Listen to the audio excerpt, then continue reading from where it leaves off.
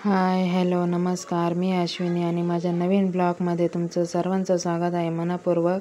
आणि मी आज कुरकुरीत असे रवा बेसन तांदळाचे डोसे एकदम कुरकुरीत असे बनवणार आहे.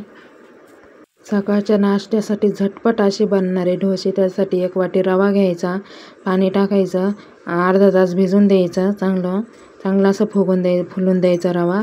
त्याच्यामध्ये 1 वाटी बेसन पीठ, 1 वाटी तांदळाचं पीठ, थोडीशी हळद, जिरे,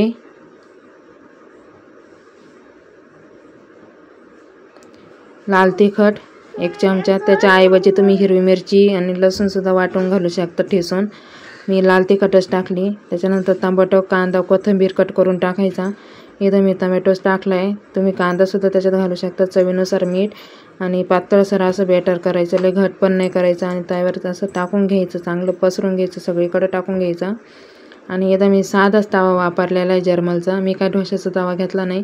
किती छान असे साध्या तव्यावर सुद्धा किती भारी निघले असे डोसे. एकदम कुरकुरीत असे डोसे झालेले आहे.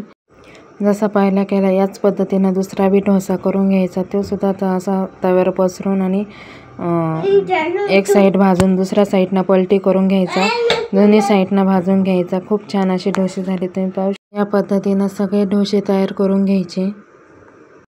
सगळे डोसे असे म्हणजे तयार झालेले तुम्ही पाहू शकता. आणि दही किंवा चटणी सॉस संग खाण्यासाठी खूप छान असे लागतात. सकाळच्या नाश्त्याला झटपट बनणारे डोसे. तुम्हाला माझ्या डोशांची रेसिपी आवडली असेल तर लाईक, शेअर, सबस्क्राईब करा. आणि तुम्ही सुद्धा तुमच्या मुलांना झटपट असे डोसे करू शकतात सकाळच्या नाश्त्यासाठी.